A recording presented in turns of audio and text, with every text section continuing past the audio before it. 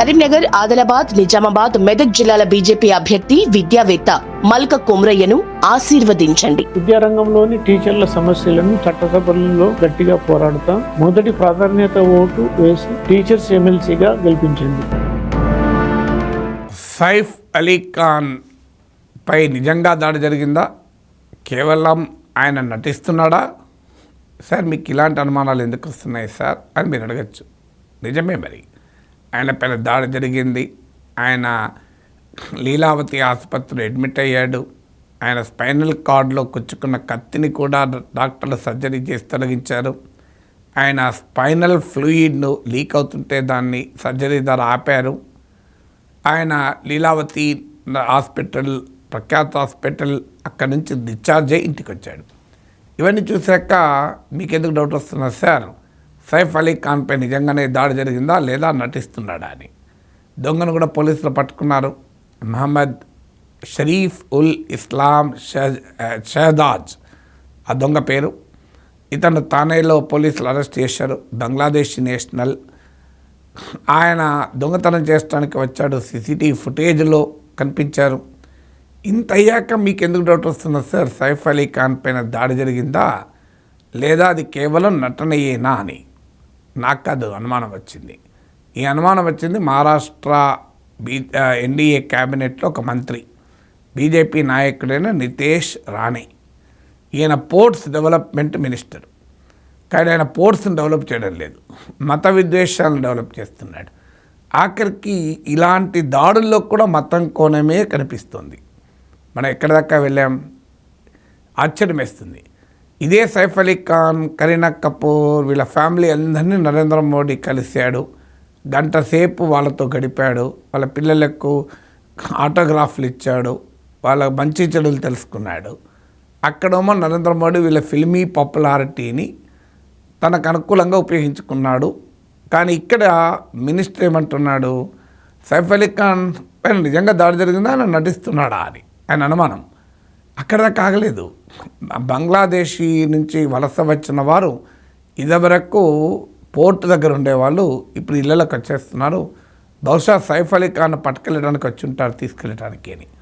అంటే ఆయన ఇండియాలో ఉండకూడదు అని. ఎందుకు? ఆయన సైఫ్ అలీ ఖాన్ కనుక.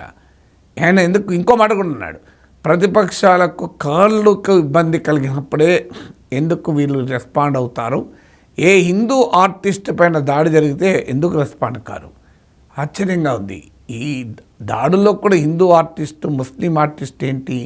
సైఫ్ అలీ ఖాన్ సినిమాలను ముస్లింలే చూస్తున్నారా, హిందువులు చూడడం లేదా? మీకు హిందూ ఆర్టిస్టుల సినిమాలు, అమితాబ్ బచ్చన్ సినిమాలు ముస్లింలు చూడరా?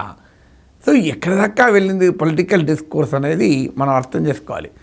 అందులో ఏమంటున్నాడు, ఖాన్లకు ప్రాబ్లం వచ్చినప్పుడే అపోజిషన్ రియాక్ట్ అవుతారు, సుప్రియా సూలే లాంటి వాళ్ళు, ఎన్సీపీ నేతలు అంటాడు.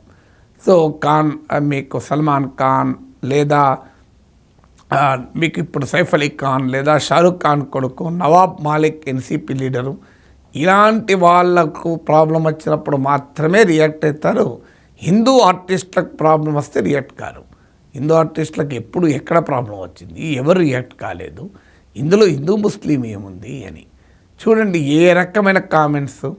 ఒకటి, సైఫ్ అలీ ఖాన్ ఆయన పైన నిజంగానే దాడి జరిగిందా, నటన అని అనుమానం.